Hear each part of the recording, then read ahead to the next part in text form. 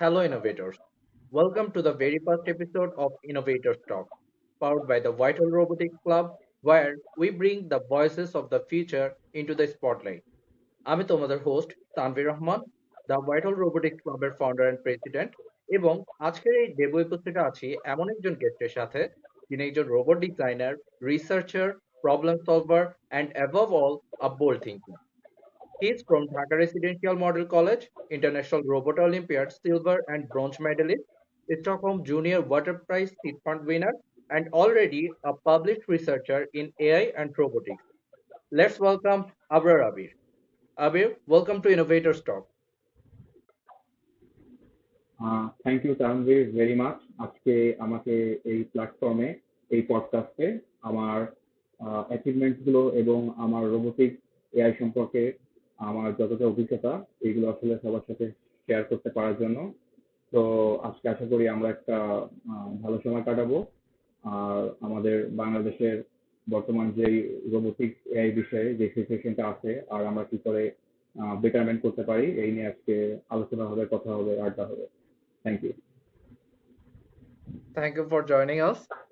আমাদের first meet হয়েছিল maybe হচ্ছে স্টিম অলিম্পিয়াডে, না? জি জি। হ্যাঁ, তোমার প্রজেক্টটা তখন থেকেই ভালো লেগেছিল এন্ড ওই টাইম থেকেই ফলো করা হয় মেবি, এন্ড এরপরে তো একে একে অনেক অ্যাচিভমেন্ট করলাম।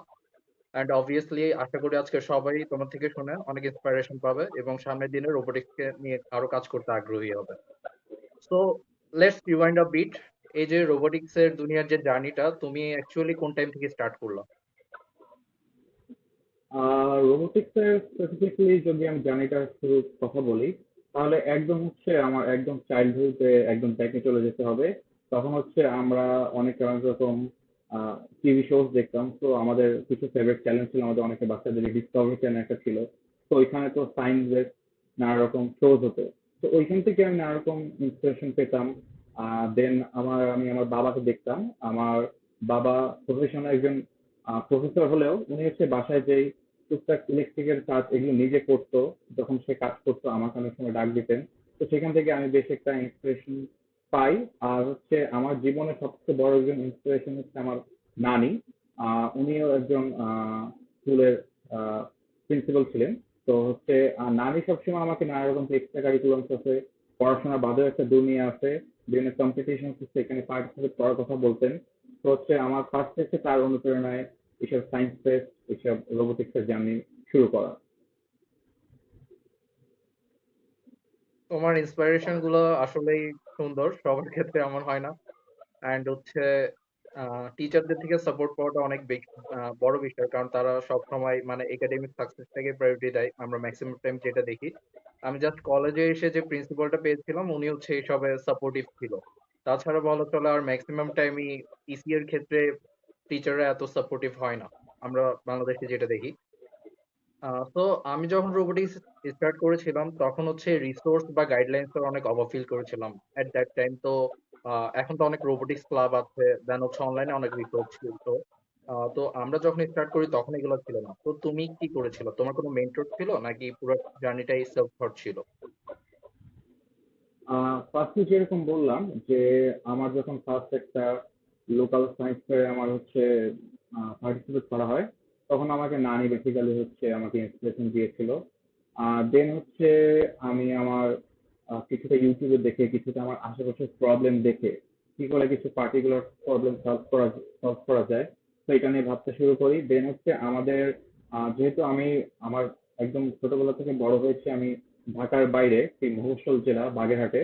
তো সেখানে ঢাকায় এখনো যতটা এই টাইমে এসে যতটা রিসোর্সেস আছে, আমার আসলে রিসোর্সেস খুবই কম ছিল।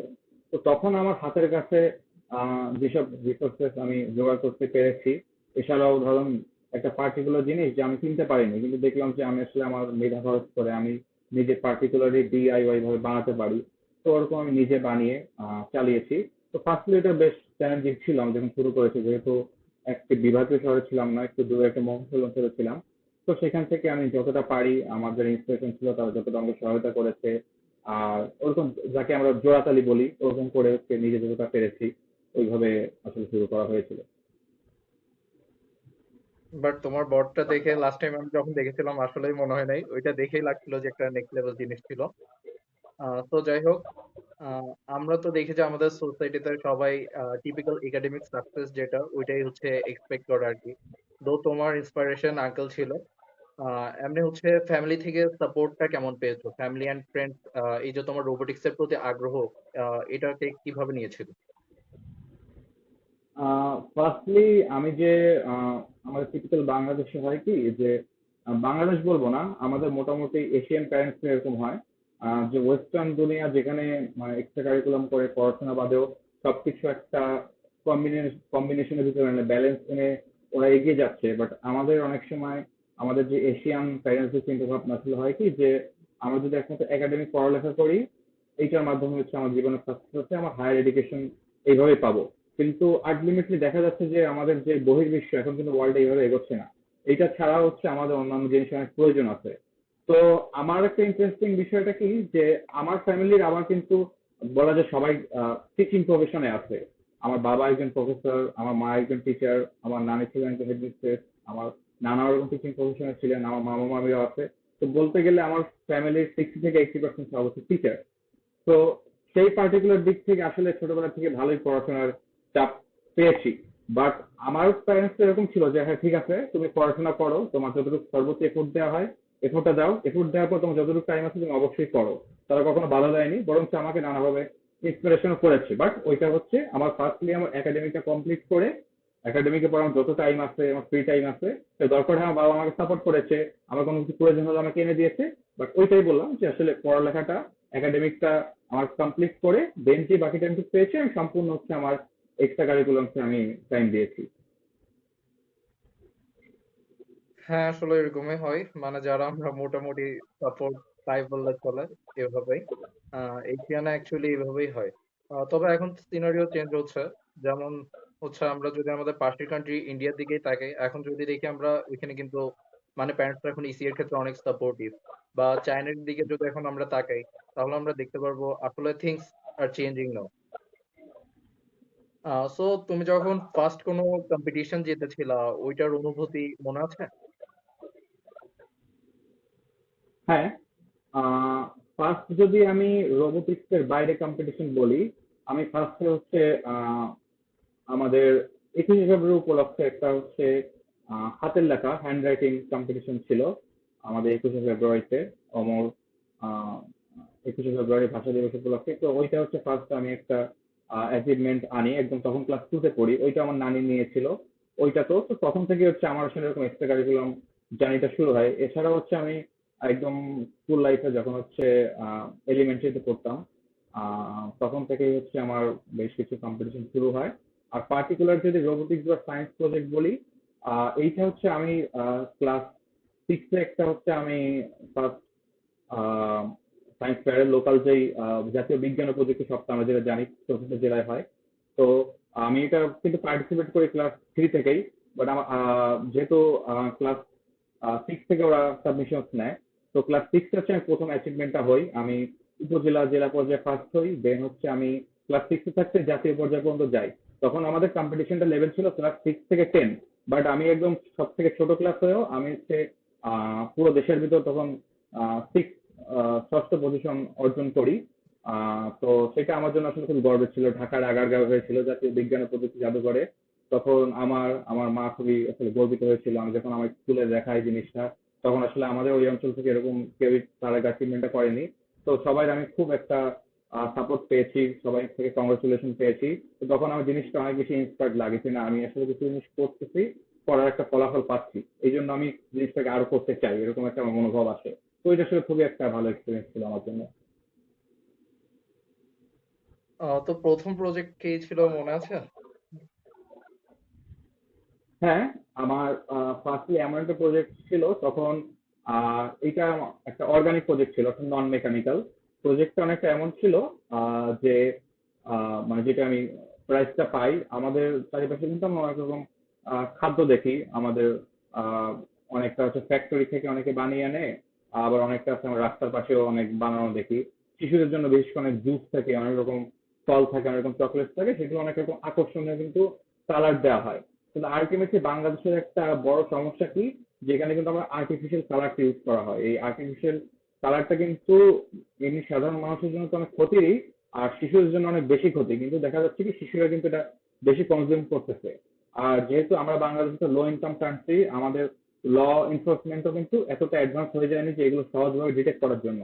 তো আমি বেসিক্যালি হচ্ছে আমি একটা মানে কেমিক্যাল প্রসেস তৈরি করি, যেটা হচ্ছে খুব সহজে যে কোনো আমাদের 5, 10, 20 টাকা খরচ করে আমাদের যে কোনো সাধারণ মানুষ থেকে শুরু করে যে কোনো ব্যবসায়ী থেকে শুরু করে খুবই একটা অল্প টাইম, 30 সেকেন্ড টাইমে তারা হচ্ছে ওই যে আর্টিফিশিয়াল কালারটা আছে কিনা আমাদের যেই আমরা যে ফুডটা ইউজ করতেছি এখানে কোনো আর্টিফিশিয়াল ডাই বা কেমিক্যাল আছে কিনা এটা সহজে শনাক্ত করতে পারবে। তো এটা মোটামুটি আমি করি, দেন ওইটা বেশ ভালোই একটা করে। তখন আমার খুব একটা ভালো লাগে। আমরা সবাই আহ জামিলুল রেজা চৌধুরী স্যারকে চিনি। তো স্যার হচ্ছে সেই কম্পিটিশনে আসে, স্যার আমার প্রজেক্টটা দেখে। তো ওইটা আমার স্যারের সাথে ফার্স্ট মিট আপ। এরপরে হচ্ছে আহ ম্যাথ অলিম্পিয়াড অনেকবার দেখা হয়েছে, তো স্যার আমার প্রজেক্টটা দেখে অনেক খুশি হন। তো ওইটা প্রজেক্ট আসলে তাহলে বেশ কথাগুলো সাড়া ফেলে, সবসময় পত্র খুবই পত্রিকাও ভালো। লেখা হয় এটা বিষয়ে। জি জি। তো এইভাবেই আমার ফার্স্ট এক্সপিরিয়েন্সটা ছিল ফার্স্ট প্রজেক্টে। তাহলে ছোটবেলা থেকেই তোমার ইউনিক প্রজেক্ট ডেভেলপমেন্ট ইয়া ছিল, এন্ড যেটা দেখলাম যে ছোটবেলা থেকেই তুমি real life problem solver try করতো। সো জি জি, আমি আসলে দেখেছি যে ইন্টারন্যাশনাল। আমরা, হ্যাঁ জি বলো। হ্যাঁ, তুমি বলছিলে কি, শেষ করো, সমস্যা নেই। হ্যাঁ, এইটা আমার পার্টিকুলারলি আমার একটা মোটিভেশন কি, আমরা দেখেছি যে আমরা অনেক সময় একটা সায়েন্স প্রজেক্ট বানাতে হবে এইটার তাগিদে, বা আমার একটা একটা জায়গায় পার্টিসিপেট করতে হবে এইটার তাগিদে আমরা আসলে প্রজেক্ট বানাই। বাট আমার আসলে এরকম তাগিদে আমার কখনোই প্রজেক্ট বানানো হয়নি। আমি ফার্স্টে দেখতাম যে আসলে আমার সোসাইটিতে কোনো প্রবলেম আছে কিনা, দেশে প্রবলেম আছে কিনা। তো একটা যখন প্রবলেম থাকবে ওই প্রবলেমটাকে সলভ করার জন্যই হচ্ছে আমি একটা সলিউশন বানাবো, দেন ওই সলিউশনটাকে হচ্ছে আমি কোনো সায়েন্স ফেয়ারে বা কোনো রিসার্চে আমি শোকেস করব।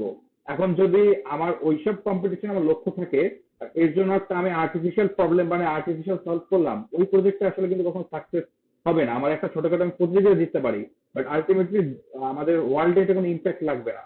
এই জন্য হচ্ছে আমার ছোটবেলা থেকে ইচ্ছা ছিল যে আমি কোনো পার্টিকুলার প্রবলেম দেখবো, ওইটা সলিউশন বের করবো, দেন আমি কোনো কম্পিটিশনে শোকেস করে প্রাইজ পাবো। তো আমি সবসময় এই টাইম লাইনে এগিয়ে গিয়েছি। হ্যাঁ, আসলে হচ্ছে কম্পিটিশন গুলোতে গেলে অ্যাকচুয়ালি হয়, যেমন হচ্ছে 41তমতে যখন আমি পার্টিসিপেট করেছিলাম, তখন এনএমএসটি ডিজি স্যার আমাকে একটা কথা বলেছিল যে হচ্ছে আসলে আমরা রিয়েল লাইফ প্রবলেম গুলো সলভ করার ট্রাই করি না, কম্পিটিশনে জাস্ট একটা প্রাইজ নিয়ে আসা, এটাই আমাদের টার্গেট থাকে ম্যাক্সিমাম। স্যার যেটা বললো যে হচ্ছে প্রতি বছরই এসে মানে একই টাইপের প্রজেক্ট দিন দেখেন, বাট হচ্ছে অ্যাকচুয়ালি একটা ইউনিক প্রজেক্ট ছিল, সেটাকে নিয়ে আসলে কাজ করা ওইটা অ্যাকচুয়ালি হয়ে ওঠে না। ম্যাক্সিমাম টাইম জাস্ট আমরা এক্স্যাক্টলি। প্রাইজের পিছনে, এটাই।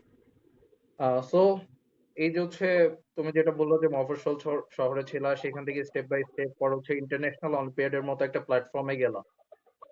তো তোমার তো হচ্ছে ফ্যামিলিতে 80%ই বললো যে হচ্ছে প্রফেসর ছিলেন। তো তাদের নলেজের পরিমাণ অনেক সম্ভবত। তো তারা কি কেউ গাইড করেছিল তোমাকে, নাকি হচ্ছে তুমি নিজে থেকেই এই যে আইআরওর পাথটা নিজে থেকেই ফলো করেছিলে? আইআরও জার্নিটা যদি বলি, আমার ক্ষেত্রে আইআরও জার্নিটা বেশ ইন্টারেস্টিং। তো আমি হচ্ছে ফার্স্টে কোভিড এর দিকে আমি একটা নিউজ পেপার হচ্ছে ইন্টারন্যাশনাল রোবট অলিম্পিয়াড সম্পর্কে জানতে পারি যে রোবোটিক্স নিয়ে এরকম একটা ন্যাশনাল ইন্টারন্যাশনাল পর্যায়ে কম্পিটিশন হয়। তো তখন হচ্ছে আমাদের ন্যাশনাল বরাবর ঢাকাতেই হয়। তো আমি আর আমার দুইজন ফ্রেন্ড ছিল, আমরা তখন কিছু কিছু কোডিং শুরু করি। তো আমরা ভাবি যে আমরা যেহেতু কোডিং কিছুটা করতেছি, আমরা তাহলে এই অলিম্পিয়াডটা আমাদের জন্য ভালো হতে পারে। তো এটা আমরা কম্পিটিশনে পার্টিসিপেট করি। বাট ওই যে বললাম ওই সমস্যাটা, যে যেহেতু আমরা মফস্বল অঞ্চলে ছিলাম, আমাদের অতটা রিসোর্সেস ছিল না, আর তখন হচ্ছে ওরকম আমাদের যাওয়ার মতো সিচুয়েশন ছিল না, এই জন্য আসলে আমরা ওরকম আইআরও তে আমরা পার্টিসিপেট করতে পারি নাই। তো এরপরে হচ্ছে আমার আইআরওটা মাথায় থাকে মোটামুটি। তো এরপর হচ্ছে আমি যখন ঢাকায় আসি আমার কলেজ লাইফে, তো তখন আরেকটা করি যে না, এখন আমার যেহেতু 1, 2 বার লাস্ট আমার ইন্টারন্যাশনাল রোবট অলিম্পিয়াড আমি দিতে পারবো মানে বাংলাদেশের শুরুতে পার্টিসিপেট করে। তো তখন আসলে আমি আম, কয়েকজন কথা বলি আমার কলেজে, আমার টিমমেটদের সাথে পরিচয় হয় যে কিভাবে কি করা যায়, একটা কমিউনিটি গড়ে ওঠে। তাদের সাথে কথা বলি, আর আমার মা আমাকে বেশ সবসময় সাপোর্ট দেয়। তো আমি মার সাথে যখন জিনিসটা শেয়ার করি, মা বলে যে না, এটা আসলে ভালো জিনিস, আমাদের একাডেমিক্সের সাথে এই জিনিসটা করা উচিত। তো আমার মার সাথে আমি আসলে পরামর্শ করে দেন এতে পার্টিসিপেট করা হয়। তো প্রথমে হচ্ছে আহ, বাংলাদেশ রোবট অলিম্পিয়াডে আমাদের 4টা ধাপে বাছাই করা হয় রিজিওনাল পর্যায়ে, মানে হচ্ছে দেন হচ্ছে আমাদের ন্যাশনাল পর্যায়ে আমরা কম্পিটিশন করে দেন ইন্টারন্যাশনালে পৌঁছাই। সো কেউ যদি এখন স্টার্ট করতে চায় আইরো জার্নিটা, তুমি তাদের উদ্দেশ্যে কোনো মেসেজ দিতে চাও? হ্যাঁ, অবশ্যই। আহ, এরকম ইন্টারন্যাশনাল রোবট অলিম্পিয়াডের মতো যত ইন্টারন্যাশনাল অলিম্পিয়াডস আছে যেগুলো স্টেম রিলেটেড, এবং এছাড়াও বেশ কিছু সায়েন্স বলি, ম্যাথ বলি, ইনফরমেটিক্স বলি, এআই বলি, ফিজিক্স বলি, তো এইগুলো হচ্ছে একটা অবশ্যই একটা হার্ড কম্পিটিশন। তো এইটা যদি আমরা এইসব জায়গায় আমরা অ্যাচিভমেন্ট আনতে চাই, আমাদের বেশ কিছু নিজস্ব ডেডিকেশন লাগবে, টাইম দেওয়া লাগবে, আর অবশ্যই নিজের মেধা লাগবে। তো আমি যদি আমার নিজের মেধাটাকে কোনো ভালো জায়গায় কাজে লাগাতে চাই, তো অবশ্যই এই প্ল্যাটফর্ম গুলো আমাদের জন্য অবশ্যই প্রয়োজন। তো আমি বলবো যাদের particularly problem solving, coding, robotics এইসব জায়গায় হচ্ছে তাদের প্যাশন আছে, আর সর্বোচ্চ অ্যাচিভমেন্ট করতে তাদের ইচ্ছা করে, তো আমার অবশ্যই সাজেশন থাকবে ইন্টারন্যাশনাল রোবট অলিম্পিয়াডে পার্টিসিপেট করা। তার আগে হচ্ছে আমাদের বাংলাদেশ রোবট অলিম্পিয়াডে পার্টিসিপেট করতে হবে। তো ওইটার জন্য আমি তাদের প্রিপারেশন নিতে বলবো। আমাদের বাংলাদেশ রোবট অলিম্পিয়াড থেকে অনেকগুলো হচ্ছে তারা ওয়ার্কশপ নামিয়ে নেয়, এছাড়া অনলাইনে অনেক রিসোর্সেস আছে, আর এছাড়া যারা অ্যালুমনাই আছি তারা অনেক সময় আমরা সাহায্য করে থাকি। তো তারা যদি এইসব পর্যায় থেকে একদম বেসিক থেকে শুরু করে, তারা ইনশাল্লাহ শিখে শিখে অনেক ভালো পর্যায়ে যেতে পারবে, then ultimately Bangladesh robot অলিম্পিয়াডে participate করতে পারবে। তোমার এবারের প্রজেক্টটা কি ছিল আইরোতে? তো আইআরও একটা ইন্টারেস্টিং ফ্যাক্ট কি, যে অন্যান্য কম্পিটিশনে দেখবা কি যে আমরা একটা পার্টিকুলার প্রজেক্ট বানাই, তো ওই প্রজেক্টটা বানিয়ে হচ্ছে আমাদের আর সেসব সায়েন্স ফেয়ার হোক, অলিম্পিয়াড হোক, রিসার্চ হোক, ওইখানে প্রেজেন্টেশন করতে হয়। বাট ইন্টারন্যাশনাল রোবট অলিম্পিয়াডটা এখান থেকে সম্পূর্ণ ডিফারেন্ট। ডিফারেন্ট কি করে, আমাদের প্রতি বছর একটা নির্দিষ্ট মেইন থিম দেওয়া হয়। তো ওই মেইন Yeah. থিমের আন্ডারে আমাদের প্র্যাকটিস করে যেতে হয়, স্টাডি করে যেতে হয়। তো যখন মেইন কম্পিটিশনটা হয় আমাদের ইন্টারন্যাশনাল ভেন্যুতে, তখন কিন্তু আমাদের সম্পূর্ণ নিউ একটা ওই থিমের মেইন থিমের আন্ডারে একটা সাব থিম দেওয়া হয়, যেটা আমরা কেউ আগে থেকে জানতে পারবো না। তো ওই যে মেইন থিমটা আমাদের মানে সাব থিমটা দেওয়া হয়, ওই সাব থিমের আন্ডারেই হচ্ছে আমাদের এখানে নির্দিষ্ট 4 ঘন্টা 5 ঘন্টা যে টাইম থাকে, ওই ওই যে নির্দিষ্ট টাইমের আন্ডারে হচ্ছে আমাদের বানাতে হয়। তো আমরা এবার দুটো কম্পিটিশন, একটা হচ্ছে ক্রিয়েটিভ মুভি আর একটা হচ্ছে ক্রিয়েটিভ ক্যাটাগরি, এই দুটোতে হচ্ছে আমরা পার্টিসিপেট করি। তো এই দুটো কম্পিটিশনে আমাদের ওয়াটার রিলেটেড কিছু চ্যালেঞ্জেস ছিল। যেমন আমার যেই ক্রিয়েটিভ ক্যাটাগরি ছিল, ক্রিয়েটিভ ক্যাটাগরিতে আমাদের এবার চ্যালেঞ্জটা ছিল যে এরকম একটা আমাদের রোবট ক্রিয়েট করতে হবে যেটা পানির নিচে যাবে, আর আন্ডার ওয়াটার যেই সার্ফেসটা ওইটাকে সার্ভেলেন্স করবে, এখানে পলিউশন দেখবে এরকম। তো লাকিলি আমি ওয়াটার নিয়ে বেশ কিছু বছর ধরেই রিসার্চ করি, আমি কিছু কম্পিটিশনে পার্টিসিপেট করে এইটা নিয়ে আমি রোবোটিক্সে কাজ করতেছি। তো এই বিষয়ে আমার কিছু আগের নলেজ থাকার সুবিধার জন্য এখানে আমরা একটা ভালো একটা সলিউশন দিয়ে ভালো একটা রোবট বানাতে পারি, যে রোবটটা এই পার্টিকুলার প্রবলেমটা সলিউশন করে। তো এই পার্টিকুলার যে আমরা সলিউশনটা করেছিলাম, এইটাতেই হচ্ছে আহ, আমাদের যে জাজেস ছিল তারা জিনিসটা ভালো লাগে, এই জন্য আলটিমেটলি আমরা প্রাইজটা আনতে পারি দেশের জন্য। প্রবলেমটা সলভ করার জন্য তো পার্টিকুলার একটা টাইম লিমিটেশন দিয়ে দেয় না? জি, জি। আমাদের যেমন ক্রিয়েটিভ ক্যাটাগরি আমি কথা বলি, আমাদের ক্রিয়েটিভ ক্যাটাগরিটা এরকম হয় যে টোটাল, সাপোজ ধরেন টোটাল আছে 5 ঘন্টা টাইম। তো এই 5 ঘন্টার 5 থেকে 3 ঘন্টা থাকবে, এই 3 ঘন্টা তারা হচ্ছে আমাদের 3 ঘন্টা বা 2 ঘন্টা বা 1 ঘন্টা এরকম, এটা হচ্ছে ইয়ার টু ইয়ার ডিপেন্ড করে, ভেনু টু ভেনু ডিপেন্ড করে, এক এক কম্পিটিশন এক এক ক্যাটাগরিতে এক এক রকম টাইম দেয়। আমি জাস্ট জেনারেল একটা ভিউ বলতেছি। সাপোজ ধরো 5 ঘন্টা টাইম দিল, তো 5 ঘন্টার একদম প্রথমেই হচ্ছে আমাদের যেই পার্টিকুলার আমাদের যে সাবথিমটা বলে দিল। সাবথিমটা বলে দেওয়ার পরে আমাদের একটা কোশ্চেন পেপার দেয়। তো ওই কোশ্চেন পেপারে 1 ঘন্টা বা 2 ঘন্টা এরকম টাইম দিতে পারে, এটা হচ্ছে ইয়ার টু ইয়ার ডিফার করে। তো ওই কোশ্চেন পেপারে আমরা সলিউশনটা কি করে করতেছি, আমাদের সলিউশনটা দিয়েছি এটা কি করে প্রবলেমটা সলিউশন করবে, এটা আমরা কোন কোন কোডিং ল্যাঙ্গুয়েজ ইউজ করতেছি, কোডটা কিরকম হবে, আমাদের রোবটের ডিজাইন কিরকম হবে, বা সেটা কিভাবে ফাংশন করবে, এই যে রোবটের যে যাবতীয় জিনিসপত্র, এটা সবকিছু আমাদের রিটেন ফর্মে প্রথমে লিখতে হয়। রিটেন ফর্মে আমাদের লিখে জমা দিতে হয়। দেন জমা দেওয়ার পর আমরা যেটা লিখেছি ওই আমাদের লেখার আন্ডারে, আমাদের পেপারটার আন্ডারেই হচ্ছে আমাদের, সেটা 2 ঘন্টা থাকুক টাইম বা 3 ঘন্টা থাকুক টাইম, আমাদের কাছে যেই রিসোর্সেস আছে, যেই পার্টিকুলার ইকুইপমেন্ট গুলো আছে, ওই পার্টিকুলার ইকুইপমেন্ট দিয়ে ওইখানে বসেই হচ্ছে আমাদের বানাতে হয়। এটা হচ্ছে আমাদের আর কোনো মেন্টর বা কারো সাপোর্ট থাকে না বা ইন্টারনেটও থাকে না, সম্পূর্ণ ওই জায়গায় বসেই নতুন সাবজেক্টে আমাদের লিখে দেন হচ্ছে আমাদের প্রজেক্টটা বানাতে হয়। আর প্রজেক্টটা বানানো যখন শেষ হয়ে যায়, তখন যখন জাজেসরা আসেন তাদের কাছে প্রেজেন্টেশন করতে হয়। আচ্ছা, সো যেহেতু আগে থেকে প্রবলেমটা বলে দেয় না, প্রবলেমটা ইনস্ট্যান্ট ভেন্যুতেই দেয়, তাহলে হচ্ছে ইকুইপমেন্টের ব্যাপারটা কি, মানে হচ্ছে ওইটা কি তোমাদের কাছে যেগুলো আছে সেগুলো দিয়ে বানাইতে হয়, নাকি হচ্ছে ওরা সাপ্লাই দেয় বা হচ্ছে কিছু লিমিটেশন দিয়ে দেয় এই টাইপের? অবশ্যই তাদের লিমিটেশন আছে। যে কিছু কিছু লিমিটেশনের আন্ডারে হচ্ছে আমাদের আহ, যত ইকুইপমেন্ট গুলো হচ্ছে আমাদের নিজেদেরই আনতে হয়। তো আমাদের সব থেকে বড় রেস্ট্রিকশন হচ্ছে আমরা এমন কিছু ব্যবহার করতে পারবো না যেটা ধরো আমাদের ইন্টারনেট বা ওয়াইফাই অ্যাক্সেস আছে, আমরা অন্য কোনো মাধ্যমে তাদের থেকে কানেকশন করতে পারবো বা কথা বলতে পারবো, বা সাপোজ ধরো সিম মোবাইল এই টাইপের কোনো কিছু সেখানে অ্যালাউড না, বা ওয়াইফাই এগুলো কানেক্ট করে রাখা কোনোভাবে অ্যালাউড না। এই বাদে যত যা কিছু আছে তারা একটা আমাদের আগে থেকে পেপারে বলে দেওয়া থাকে যে এইসব ইকুইপমেন্ট মোটামুটি অ্যালাউড। তো আমরা যখন অ্যালাউড প্রথমে নিয়ে আসি, আমার নিয়ে এসে সেখানে অনেক ট্রেন্ড ভলেন্টিয়াররা থাকে। তো ভলেন্টিয়াররা কিন্তু আমরা যত ইকুইপমেন্ট যত টুলস আনি আমাদের এ টু জেড সব চেক করে, চেক করে আমরা সবকিছু ঠিকঠাক এনেছি কিনা, প্লাস একটা জিনিস দেখে যে সবকিছু ডিসঅ্যাসেম্বলড কিনা, কেন অনেকে অ্যাসেম্বল করে আনতে পারে, অ্যাসেম্বল করে আনলে তাদের হচ্ছে অন্যান্য টিম থেকে কম সময় লাগতে পারে বানাতে। এই জন্য তারা সবকিছু চেক করে যে সবকিছু ঠিকঠাক নিয়ম মাফিক আছে কিনা, আমাদের বাইরের লোকদের সাথে যোগাযোগ করার কোনো মাধ্যম আছে কিনা, সবকিছু ডিসঅ্যাসেম্বলড কিনা এইটা। আর এটা দেখে অবশ্যই আমাদের যে ডিজিটাল ডিভাইস গুলো যেমন আমাদের ল্যাপটপ ফোন এগুলো চেক করে যাতে এইগুলোর সাথে কোনো ওয়াইফাই কানেকশন না থাকে, কোনো সিম কোনো রকম ইন্টারনেট কানেকশন না থাকে। এইগুলো দেখে যখন আমাদের অ্যাপ্রুভ দেয়, অ্যাপ্রুভ দেওয়ার পরে হচ্ছে আমরা বেঞ্চে বসে আমরা আমাদের অ্যান্সার শুরু করতে পারি। আচ্ছা, সো তুমি তো এই বছর আইওরে তো উইনার ছিলা, সো তুমি কি ফিল করছো, মানে জাজেস কোন অ্যাসপেক্টে আসলে বেশি অ্যাপ্রিসিয়েট করে বা প্রায়োরিটি দেয় জাজমেন্টের ক্ষেত্রে?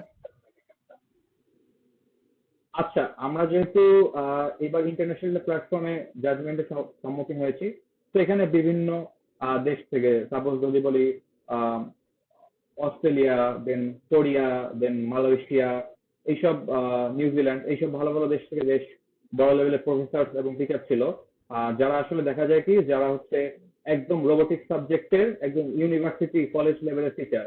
তো ছোটখাটো কমন কিছু বানালে কিন্তু তাদের এগুলো সব মুখস্থ, তারা অনেক বছর ধরে সব রোবোটিক সাথে আছে, তাদের কিন্তু এগুলো মুখস্থ, তারা সব কিছু বুঝে যাবে। এই জন্য এই সকল জাজেসদের ইমপ্রেস করার জন্য অবশ্যই তারা ফার্স্টে যেটা দেখে যে অবশ্যই ইউনিক হয়েছে কিনা, এরকম সলিউশন আগে কোথাও আছে কিনা, এটা সম্পূর্ণ ইউনিক কিনা।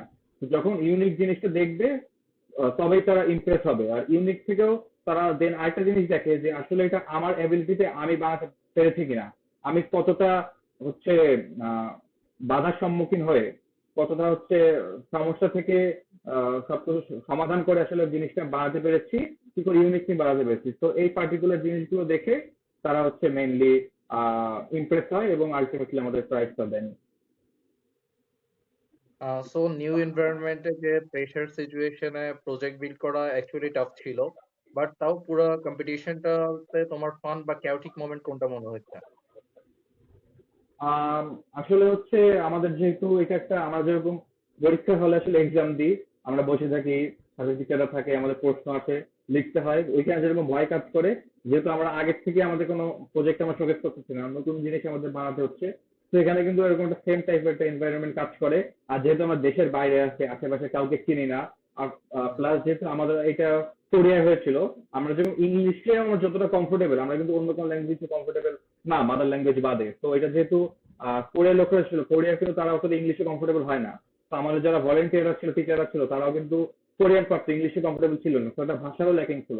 তো সব মিলাই আমাদের একটা বেশ একটা মানে অন্যরকম একটা আনপ্রেডিক্টেড আমাদের এনভায়রনমেন্ট ছিল। তো আমাদের সব থেকে বেশি হচ্ছে যখন লাগে, তারপর ধরো যে আর ধরো 5 ঘন্টার আর ধরো 5 মিনিট 10 মিনিট 20 মিনিট টাইম আছে, তো অনেক দল দেখতেছি যে অলরেডি তাদের বাড়ানো হয়ে গেছে, তারা বসে বসে আছে, বাট আমাদের দেখো অনেকখানি কাজ বাকি।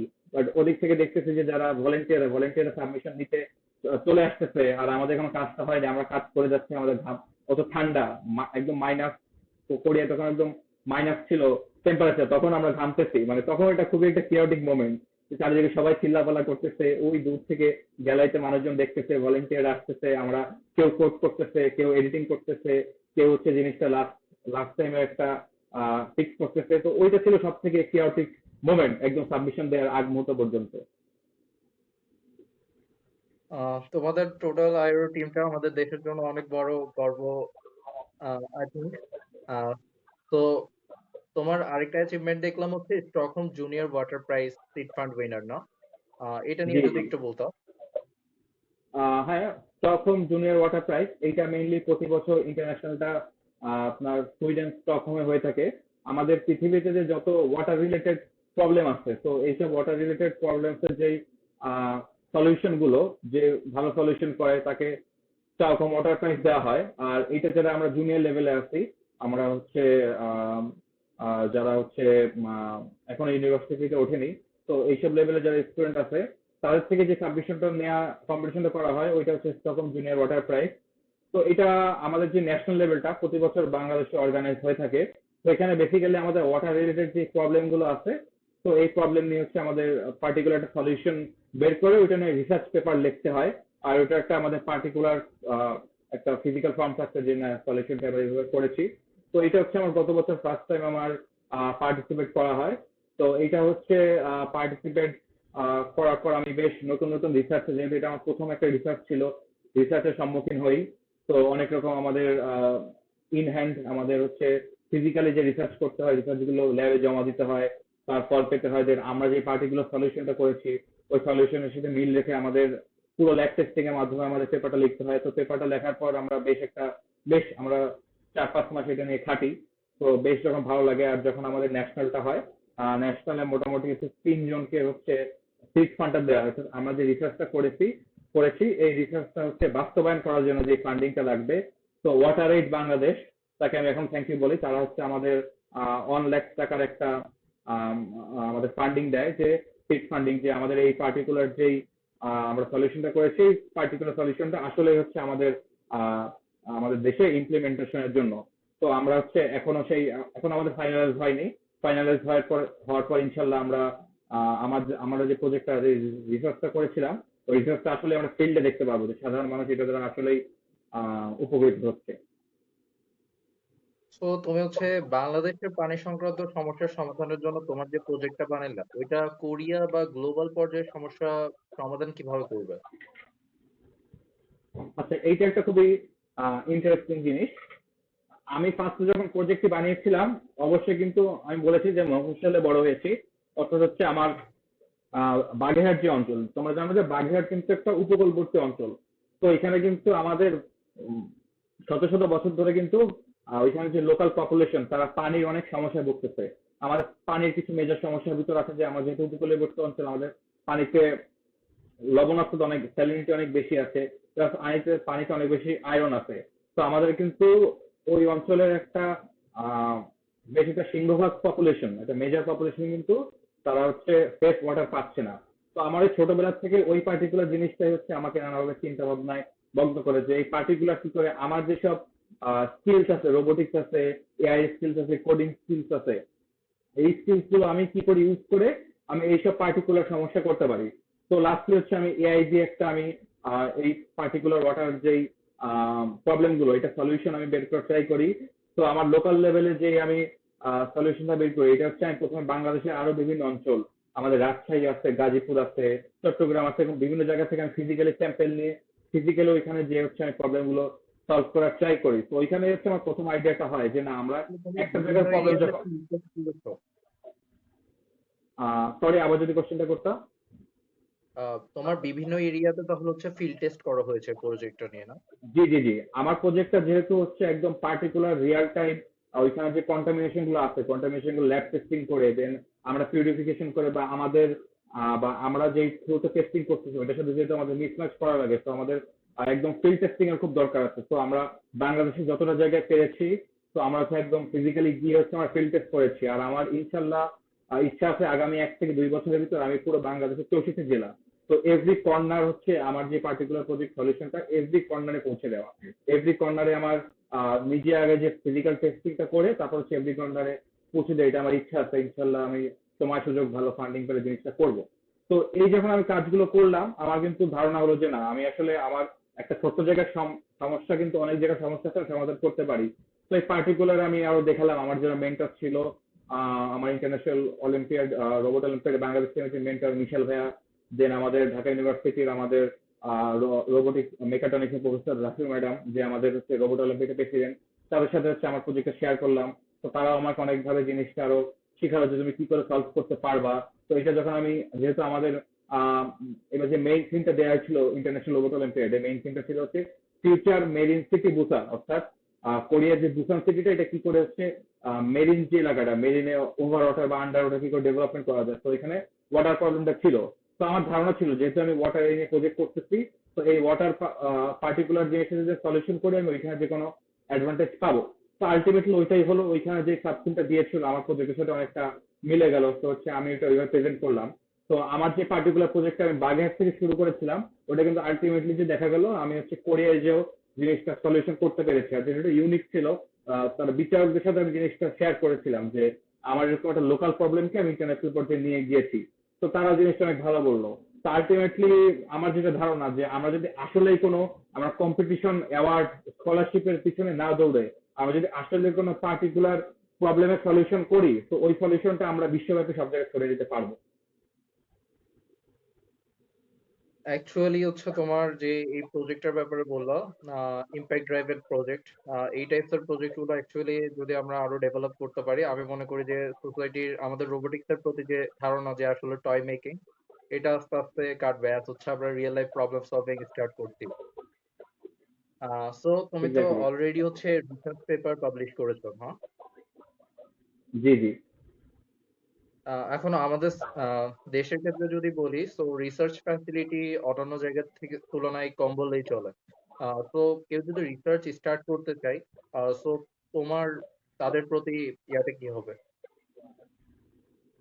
তো আমি যেটা বাইরের কান্ট্রিতে দেখেছি তারা কিন্তু যে বেশ একটা রিসার্চ ওরিয়েন্টেড, বিশেষ করে যারা হচ্ছে আন্ডার গ্রাজুয়েট থেকে শুরু করে এরপর মাস্টার্সে আসে তারা কিন্তু হচ্ছে আহ, নানা রকম রিসার্চ করে, রিসার্চের ভিতরে থাকে। কিন্তু আমরা দেখেছি যে বাংলাদেশের ছোট থেকে আমাদের হচ্ছে এই কালচারটা রিসার্চ ওরিয়েন্টেড না, আমরা কোনো কিছু রিসার্চ করতে পছন্দ করি না। আমরা করি কি পুরোনো যেটা লিখে রাখা আছে ওইটাকে আমরা মুখস্থ করে ওইভাবেই আমাদের, এই জন্য দেখা যায় কি আলটিমেটলি আমাদের যারা হচ্ছে বড় লেভেলে হায়ার এডুকেশন করে তারাও কিন্তু এরকম পার্টিকুলার ভালো ভালো রিসার্চ করে না। আর একটা জিনিস সবথেকে খারাপ লাগে কি দেখবা যে আমাদের দেশে কিন্তু অনেক প্রফেসররা, অনেক কলেজের ভালো ভালো প্রফেসর প্রভাষকরা অনেক ফেক রিসার্চ নিয়ে বর্তমানে ধরা পড়তেছে।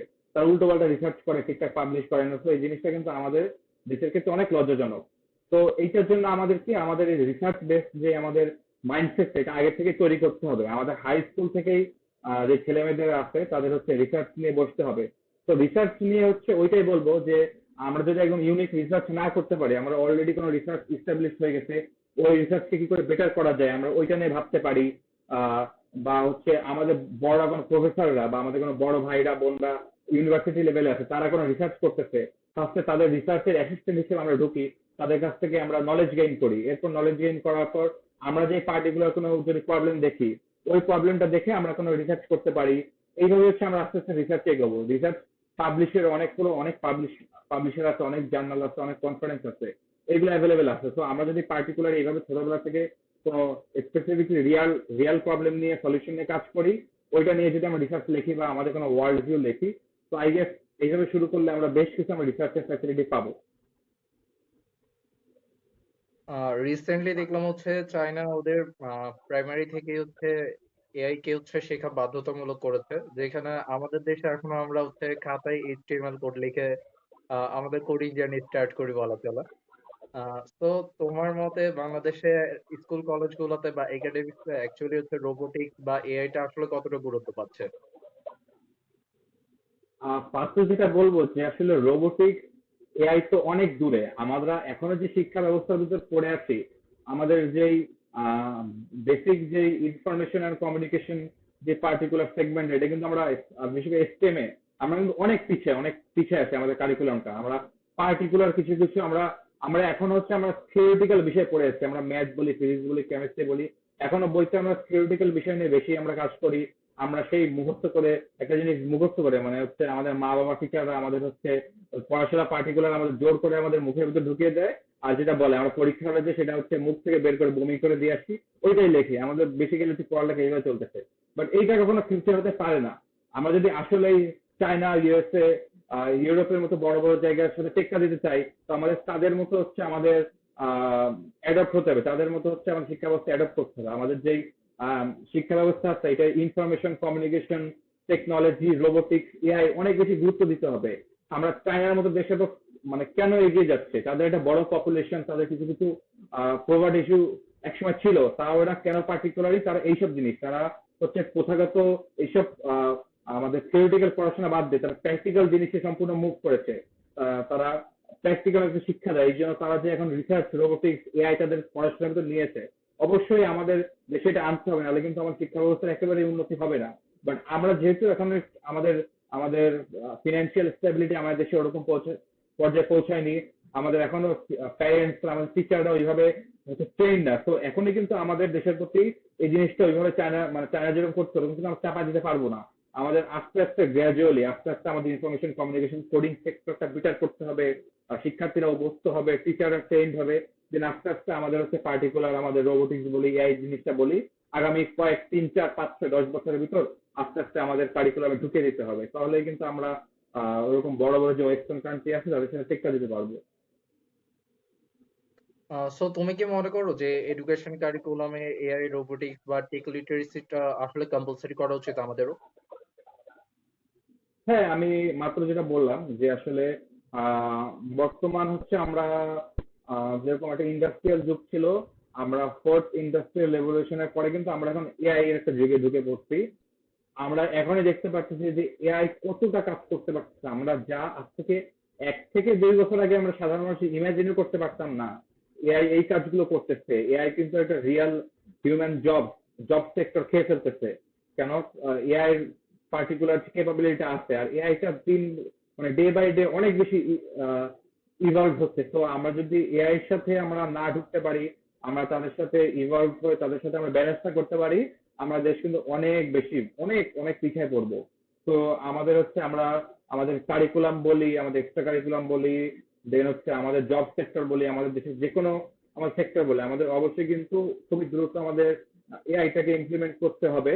আহ, অবশ্যই সিস্টেমেটিক ওয়েতে স্টেপ বাই স্টেপ আমাদের এআইটা ইমপ্লিমেন্ট করলে, এইটা ছাড়া যদি আমরা এটাকে ইগনোর করি, এটাকে আমরা দেখে যে আমরা কিন্তু ওয়েস্টার্ন ওয়ার্ল্ড মডার্ন ওয়ার্ল্ডের সাথে কোনোভাবে হচ্ছে তাল মেলাতে পারবো না।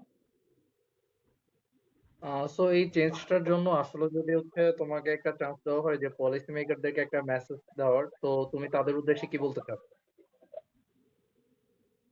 পলিসি মেকারদের হচ্ছে আমার কাছে যেটা থাকবে যে আসলে আমাদের ভারতীয় উপমহাদেশে আসলে আমাদের যেরকম পলিটিক্স হয়, তো এটা পার্টিকুলার কিছু কিছু দিক থেকে কিছু কিছু উন্নয়ন হলেও আমি পার্টিকুলারলি বলবো না যে আমাদের পার্টিকুলারলি এই ফিল্ডে খুব একটা বেশি কখনো উন্নয়ন হয়েছে বা কাজ হয়েছে।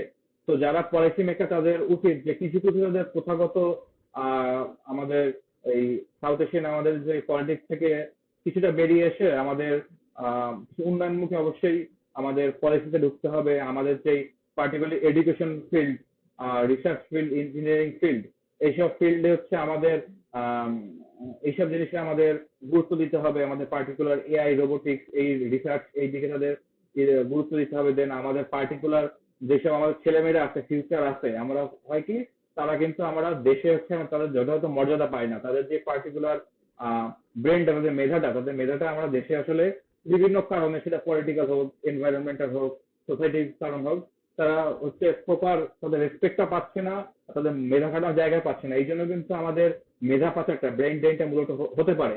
কারণ যে ছেলেটা অবশ্যই সে এত কষ্ট করে ইঞ্জিনিয়ারিং করলো, রিসার্চ করলো, তার এত কষ্ট করলো, সে যখন তার জিনিসটা ভ্যালু পাবে না, সে কোনো তার জব সেক্টর পাবে না, সে কিন্তু অবশ্যই বিদেশে চলে যেতে হবে। তো আমরা তাদের যেহেতু দোষ দিই, তাদের দোষ দেওয়ার আগে আমাদের দেশে আগে আমাদের নিজেদের হচ্ছে আমাদের মাইন্ডসেট এরকম তৈরি করতে হবে, রিসার্চ ওরিয়েন্টেড এই ওরিয়েন্টেড আমাদের পলিসি গুলো বেটার করতে হবে। তো পলিসি মেকাররা যদি আমাদের এই জিনিসগুলো আগে ঠিকঠাক করে, তারা আসলে অঙ্গীকার হয় যে আমরা আসলে পুরোনো পলিটিক্স থেকে বেরিয়ে এসে আমরা আসলে নতুন ভাবে দেশে হচ্ছে এই পার্টিকুলার জিনিসগুলো আমরা নিয়ে কাজ করব, উন্নয়নমুখী কাজ করব, এদের গুরুত্ব দিব। তো তখন আস্তে আস্তে দেখা শুরু করবে কি যে আমাদের দ্বারা আসলে আমাদের আমাদের যোগ্যতাশীল আমাদের যে যুব সমাজ আছে তারা আসলে বিদেশ থেকে ফেরত আসবে, অথবা যারা বিদেশে যেতে চাচ্ছে তারা বিদেশে যাবে না, আমাদের দেশে ফিরে এসে আমার দেশের জন্য কাজ করবে। তো আলটিমেটলি দেখা যাবে কি আমাদের বাইরের উন্নয়ন না করে তারা আমাদের দেশেরই উন্নয়ন করছে। তো পলিসি মেকারদের কাছে আমার এইটাই মেসেজ যে আমার যে দেশের যারা মেধাবী আছে মেধাবীদের গুরুত্ব দিন, আমাদের particular engineer, robotics, research, education ফিল্ডে গুরুত্ব দিন। আমার জার্নিতে আমি শুরুতে যেটা মানে হচ্ছে অবাক ফিল করেছিলাম সেটা হচ্ছে প্রপার মেন্টরশিপ, বাট টাইমের সাথে সাথে এটা অ্যাকচুয়ালি ওভারকাম করতে পেরেছিলাম। যেটা লং রানে আমাকে সাফার করিয়েছে সেটা হচ্ছে ফান্ডিং। তো তোমার জার্নিতে কি তুমি ফান্ডিং বা ল্যাব ফ্যাসিলিটি বা প্রপার মেন্টরশিপ মানে কোন জিনিসটা বেশি অবাক ফিল করেছো আর ওইটার ওভারকাম কিভাবে করেছিল? ফার্স্টলি যেটা বলবো যে আমরা কিছু কিছু পার্টিকুলার জায়গায় কিছু কিছু আমরা মেন্টর পেলেও আমাদের একটা বড় সমস্যা কি আমাদের ফিনান্সিয়াল, যেহেতু আমরা এখন ডেভেলপিং কান্ট্রি, আমাদের অনেক অংশ এখনো কিন্তু পভার্টি লাইনের নিচে বসবাস করে। তো তাদের জন্য খাবার, বেসিক এডুকেশন, বেসিক নিডসটাই কিন্তু পূরণ করা একটা দায়। সেখানে আমরা এরকম একটা এক্সট্রা কারিকুলাম জিনিস যেটা কারিকুলামের বাইরে, এইটার জন্য আসলে ফান্ডিং জোগাড় করা আসলে অনেক চ্যালেঞ্জিং আমাদের প্রত্যেকের জন্য হয়ে যায়। এমনকি যারা মিডল ক্লাস আছে, আমাদের পার্টিকুলারলি রোবোটিক্স এআই জিনিসটা বলবো, এটা কিন্তু একটা এক্সপেন্সিভ হবি। যত হবি আছে, যত কাজ আছে, তাদের সব থেকে একটা এক্সপেন্সিভ হবি। রিসার্চ করতে গেলেও বেশ একটা ভালো ফান্ডিং লাগে। তো অবশ্যই আমাদের বাংলাদেশের মতো একটা ডেভেলপিং দেশের জন্য এই ফান্ডিংটা জোগাড় করা বেশ একটা বড় চ্যালেঞ্জ হবে। তাও যদি আসলে আমরা আমাদের হাতের কাছে যা আছে, আমি ছোটবেলা থেকে যখন শুরু করেছিলাম আমাদের হাতের কাছে যা আছে আমি সেটা দিয়ে শুরু করেছিলাম। তো এটার দিকে শুরু করে স্ট্রাগল করেছি, যখন আমার আলটিমেটলি বড় একটা পর্যায়ে পৌঁছতে পেরেছি, আমার স্ট্রাগলটা অন্যান্য কোম্পানি বলি বা অন্যান্য গভর্নমেন্ট বলি তারা দেখেছে, তখন কিন্তু তারা পার্টিকুলারলি খুশি হয়ে কিন্তু আমাদের ফান্ডিংটা করেছে। যেমন আমার পার্টিকুলারলি বলবো, আমার ইন্টারন্যাশনাল রোবট অলিম্পিয়াডে আমাদের যে রেজিস্ট্রেশন এবং হচ্ছে যে আমাদের প্লেন ফেয়ারটা, এটা হচ্ছে সম্পূর্ণ আমাদের বেয়ার করেছিল আমাদের বাংলাদেশ আইসিটি ডিভিশন। তো আমি বাংলাদেশ আইসিটি ডিভিশনকে আরো একবার থ্যাংক ইউ বলি। তো তারা হচ্ছে আমরা যারা পার্টিসিপেট ছিলাম, আমাদের ভিতর তারা পোটেনশিয়াল দেখেছে যে না, এরা আসলে যদি ইন্টারন্যাশনাল প্ল্যাটফর্মে যে রোবোটিক্সকে বাংলাদেশ রিপ্রেজেন্ট করে, বাংলাদেশের বেশ একটা পরিচিত হবে, বিশ্ব ব্রহ্মাণ্ড দ্বারা নাম ফেলে রেখে আসতে পারবে। আর আমরা যারা আছি রোবোটিক্স নিয়ে কাজ করি, আমরা একটা ইন্সপিরেশন পাবো, আমরা সামনে কাজ করতে পারবো। তো তারা কিন্তু এই জিনিসটা দেখে হচ্ছে আমাদের ফান্ডিং দিয়েছিল। তো আলটিমেটলি হচ্ছে এইভাবে কাজ করে। তো এটা বলবো যে আসলে আমাদের দেশে হচ্ছে ফান্ডিং এর জন্য আসলে বেশ একটা আমাদের স্ট্রাগল করতে হবে ছেলে মেয়েদের। আলটিমেটলি স্ট্রাগল করে তারা একসময় পাবে। আর মেন্টরশিপের জন্য আসলে আমাদের কান্ট্রিতে কিন্তু এখন আস্তে আস্তে সবাই হচ্ছে জিনিসগুলো সম্পর্কে অবগত হচ্ছে। তারা হচ্ছে জিনিসটা অ্যাওয়ার হচ্ছে। তো তারা কারিকুলামের বাইরেও তারা এক্সট্রা কারিকুলাম নিয়ে এখন দেখা যাচ্ছে যে বেশ কয়েকটা জায়গায় তারা যোগ দিচ্ছে। তো এইদিকে হচ্ছে মেন্টরিং এর বেশ ভালো সুযোগ আছে। আমরা বেশ কিছু ভালো ভালো ইউনিভার্সিটি প্রফেসররা যারা আছে বা ইউনিভার্সিটি স্টুডেন্টরা, অনেক বড় ভাইরা আপুরা আছে, তারা কিন্তু আমাদের অনেক সময় নানাভাবে হেল্প করে। যেমন আমার পার্টিকুলারলি আমার আইআরও জার্নিতে আমার হেল্প করেছিল যে আমাদের যে টিমের মেন্টর ছিল মিশাল ইসলাম ভাইয়া, আর এছাড়া হচ্ছে আমাদের বাংলাদেশ রোবট অলিম্পিয়াডের প্রেসিডেন্ট লাফিজ মাজা ম্যাডাম, তারা আমাদের অনেক হেল্প করেছে। এছাড়াও ছোটবেলা থেকে আমি যে রোবোটিক্স জার্নিতে ছিলাম, আহ, আমার নানি, আব্বু, আমার বাবা মা অবশ্যই তারা আমাকে হেল্প করেছে। আমার স্কুল লাইফে যত টিচার ছিল তারা হেল্প করেছে। আলামিন শেখ নামের আমার একটা টিচার ছিল, তারা আমাকে রোবোটিক্স বলি, হচ্ছে আমার সায়েন্স ফেয়ার বলি, আমার ম্যাথ অলিম্পিয়াড বলি, সব জায়গায় মেন্টরশিপ করেছে। তো আমি আসলে আমার এই যে আমার মেন্টর, সবার প্রতি আমি অনেক গ্রেটফুল। সো তুমি তো ইন্টারন্যাশনাল স্টেজে অ্যাকচুয়ালি বাংলাদেশকে রিপ্রেজেন্ট করেছো। সো ওই পার্টিকুলার মোমেন্টে আসলে তোমার ফিলিংটা কেমন ছিল? তো আমি যেটা বলবো যে আম, আমার লাইফে যতগুলো গোল আছে তাদের ভিতর আমার লাইফে একদম আলটিমেট একটা মানুষের একটা গোল থাকে বা আলটিমেট একটা ড্রিম থাকে। তো আমার লাইফের যে আলটিমেট ড্রিমটা হচ্ছে যে বাংলাদেশের প্রবলেম গুলো নিয়ে কাজ করা, বাংলাদেশের মানুষগুলো নিয়ে কাজ করা, আর বাংলাদেশের একটা আলটিমেট ডেভেলপমেন্ট করা, যে বিশ্বের বুকে একটা মোস্ট ডেভেলপ কান্ট্রি হিসেবে হচ্ছে বুক উঁচু করে বাঁচে। এটাই হচ্ছে আমার লাইফের একটা আলটিমেট গোল। তো সেই ক্ষেত্রে দাঁড়িয়ে আমি যখন বাংলাদেশের পতাকাটা নিয়ে বাংলাদেশের নাম আমি চিৎকার দিয়ে স্টেজে উঠলাম, মেডেলটা পড়লাম, আর বাংলাদেশের পতাকাটা আমি সারা বিশ্বের বিভিন্ন দেশ থেকে যারা পার্টিসিপেট ছিল, টিচার ছিল, গার্ডিয়ান ছিল, মেন্টর ছিল, তাদের সামনে দেখিয়ে দিলাম। তো এইটা আমার জন্য অনেক অনেক গর্বের জন্য অনেক গর্বের বিষয় ছিল, যেহেতু আমার লাইফের একটা বড় গোলই হচ্ছে দেশের জন্য কাজ করা। তো আমার ক্ষেত্রে এটা একদম একটা খুবই ইমোশনাল একটা আমার জন্য একটা মোমেন্ট ছিল। সো রিসেন্ট টাইমে আমরা যেটা দেখছি যে আইরো বলো or NASA space arc challenge or NASA human exploration recently অনেকগুলো স্টেজেই বাংলাদেশি ইয়ুথ যারা বাংলাদেশকে রিপ্রেজেন্ট করছে। তো তোমার মতে আলটিমেটলি আমরা কেমন পারফর্ম করছি? আমরা দেখা যাবে যে আমরা যদি পার্টিকুলারলি হিসাব করি, যে আমি যেটা আগে বলেছি, আমাদের বাংলাদেশে কিন্তু ওরকম ফান্ডিং এর বড় একটা ব্যবস্থা নেই। আমাদের অন্য দেশের মতো ল্যাব ফ্যাসিলিটি ওরকম একটা ব্যবস্থা নেই, বা আমাদের এই বিষয়ে হচ্ছে আমাদের অনুপ্রেরণা দিবে, আমাদের কাজে তাগিদ দেওয়ার জন্য, আমাদের ইন্সপায়ার করবে, এরকম হচ্ছে লোকের অভাব আছে। তো সেই ক্ষেত্রে দাঁড়িয়ে বাংলাদেশ অনেক বড় বড় দেশকে হারিয়ে, যেরকম ইন্টারন্যাশনাল প্ল্যাটফর্মে যত অর্জন করতেছে, বিভিন্ন অলিম্পিয়াডে আমরা দেখবো তারা অর্জন করতেছে। তো এইটা আসলে মানে কোনো দিক থেকে খারাপ বলার নেই।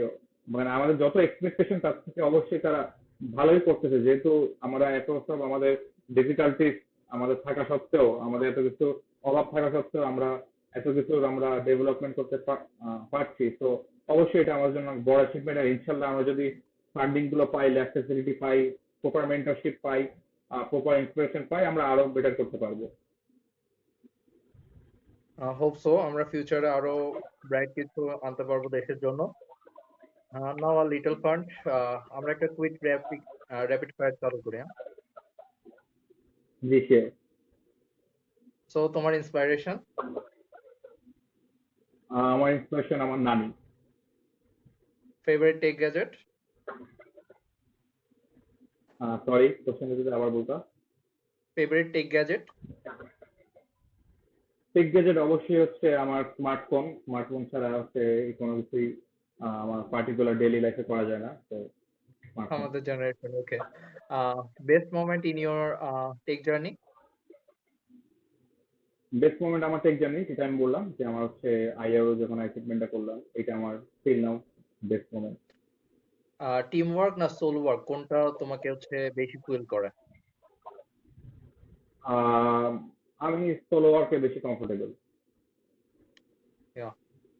One competition you dream of joining next?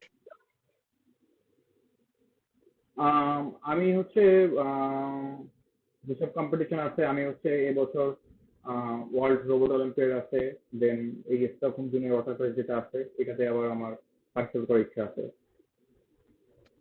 Night owl or early bird coder? Obviously night owl. One invention you wish you created? Sorry, কোশ্চেনটা যদি আবার করতে।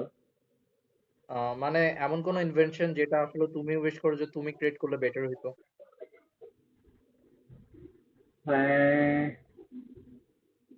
ইনভেনশন তো অনেক আছে। তো পার্টিকুলারলি এই যে যেটা বললাম, আমি এআই ফিল্ডে যেহেতু বর্তমানে কাজ করতেছি, তো বেসিক্যালি এই জেনারেটিভ এআই সম্পর্কে আমার যদি ইনভেনশন, এই বিষয়ে আমার ইচ্ছাটা ছিল। ফেভারিট কোডিং ল্যাঙ্গুয়েজ কোনটা? Obviously Python. তোমাকে যদি নিজেকে ওয়ান ওয়ার্ডে ডিসক্রাইব করতে বলি তো তুমি কোন ওয়ার্ডটা চুজ করবা? ড্রিমার। ধরো কালকের জন্য আমি তোমাকে আনলিমিটেড ফান্ডিং দিলাম, তুমি ফার্স্টেই কি বিল্ড করতে চাইবা?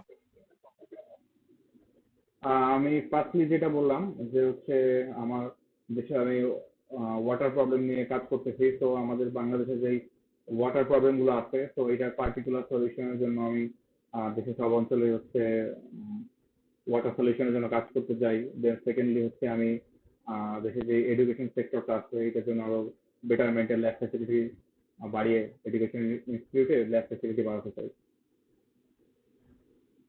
We asked our followers to send some questions. So here is one from MEM class 9. আবির ভাইয়া, আমি রোবোটিক্স শুরু করব কি দিয়ে? ফার্স্টলি বলবো যে আমাদের এখন অনলাইন আর ইন্টারনেটে আমাদের অনেক অনেক বেশি রিসোর্সেস আছে। তো এইসব জায়গা থেকে তুমি রিসোর্সেস নিয়ে, টিউটোরিয়াল নিয়ে, তুমি এখন এই মুহূর্তেই কোনো কিছু জন্য অপেক্ষা করা লাগবে না, এখনই শুরু করে দাও। তোমার কাছে যদি পার্টিকুলার কম্পোনেন্ট, পার্টিকুলার তোমার কাছে যদি ইলেকট্রনিক্স না থাকে তাও সমস্যা নেই, এখন অনলাইনেই হচ্ছে তুমি ভার্চুয়ালি এইগুলো ভার্চুয়াল ল্যাবে এগুলো ক্রিয়েট করতে পারবা। তো এখন এই ইন দিস মোমেন্টে তোমার কাছে যে অ্যাটলিস্ট একটা ইন্টারনেট কানেকশন একটা স্মার্টফোন থাকে, তুমি শুরু করে দাও। Another from Tamim, HSC candidate. Research কিভাবে শুরু করব? হ্যাঁ, রিসার্চটা একটু রোবোটিক্সে কমপ্লিকেটেড হবে, কারণ রিসার্চ বলতে শুধু রিসার্চ না, তোমার রিসার্চ হচ্ছে অনেক ফিল্ডে হতে পারে। তোমার ফিলোসফি ম্যাথ থেকে শুরু করে রোবোটিক্স এআই যে কোনো ফিল্ডে তোমার রিসার্চ হতে পারে। তো পার্টিকুলার তুমি দেখো যে তুমি পার্সোনালি তুমি কোন ফিল্ডে তুমি কমফোর্টেবল, সেটা এনি ফিল্ড, ফিলোসফি হোক, ম্যাথ হোক, বাংলা হোক, ইংলিশ হোক, রোবোটিক্স হোক, তুমি দেখো যে কোন ফিল্ডে তুমি সব থেকে বেশি কমফোর্টেবল। তো ওই ফিল্ডটা তুমি চুজ করো, দেন চুজ করার পর হচ্ছে তুমি দেখো যে এখানে আগে কি কি রিসার্চ হয়েছে, কি কি প্রবলেম আছে, বা তুমি কি কি এই পার্টিকুলার বিষয়ে কন্ট্রিবিউট করতে চাও, এটা হিসাব করে তুমি তোমার লেখা শুরু করো রিসার্চের বিষয়টা। দেন হচ্ছে পাবলিশের বিষয়টা তোমার অটোমেটিকলি হবে, তুমি যদি তোমার ভালো রিসার্চ অলরেডি করে ফেলো। Okay, Abir, before we wrap up, just one last thing. What's your message to any young student out there sitting with a wild idea, maybe some fear, maybe no resources, but a dream to build something big? তো আমার সবার জন্য message যেটা হবে, যে please don't run for any award, any competition, any certificate, any scholarship. এগুলো বিষয়ে না দৌড়ে তুমি আগে দেখো যে তোমার আশেপাশের মানুষ, তোমার পার্টিকুলার দেশ, সমাজ আহ, কোন পার্টিকুলার প্রবলেমে ভুগতেছে। তো এই পার্টিকুলার প্রবলেমটা দেখে এই প্রবলেমের সলিউশন আনার ট্রাই করো। তো তুমি যখন সলিউশন পার্টিকুলার প্রবলেমের সলিউশন আনবা, তোমার অ্যাচিভমেন্ট অটোমেটিক হয়ে হয়ে যাবে, তোমার কোনো কিছুর জন্য দৌড়ানো লাগবে না। That's good, bro. Spoken like a true change maker. You are just not building bots, you are building belief. Thank you so much, Abir, for joining us on this special first episode of Innovators Talks. We are honored to feature your journey, and I am sure many future innovators are going to see themselves in your story. And that's the wrap for episode 1 of Innovators Talk. This was Abrar Abir, an innovator who is young, visionary, full of purpose, and definitely one of Bangladesh's brightest minds. If you found this inspiring, share it, tag someone who needs to hear it, and follow the Whitehall Robotics Club on all social platforms for more voices that are reshaping the future. To all of you working, you know someone who should be on this podcast? Tag them in the comment section. Want to join us? Inbox us or WhatsApp us to be a guest. This is your host, Tanvir Rahman, signing off for today. Until next time, stay curious, keep innovating, and remember the future is what you create. You have been listening to Innovators Talk, where we tell the success, the struggles, and the journey behind it. Thank you all.